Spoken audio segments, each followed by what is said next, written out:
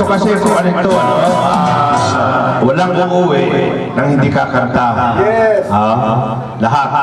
But of course, we would like also to welcome our sister from the Blessing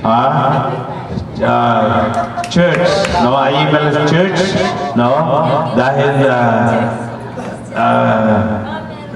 isa lang naman ang pananampalataya natin lahat, no? Si Kristo. So, let's welcome Deaconess. Piliin natin siya ng kanta.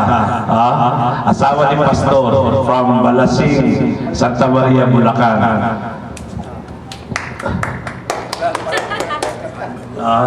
Walang uuwi. Sabi ko, walang uuwi. Hindi.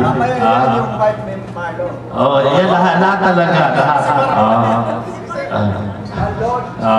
Lahat talaga. Delikado mo, Dahil hindi magpagalingan ito, we are trying to pray here twice. What we're doing is praying twice. Di ba? Nagdadasal tayo through music, through singing.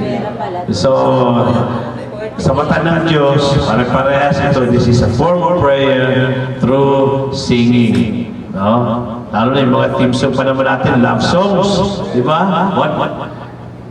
This is really the essence of Christ, no? Yung love.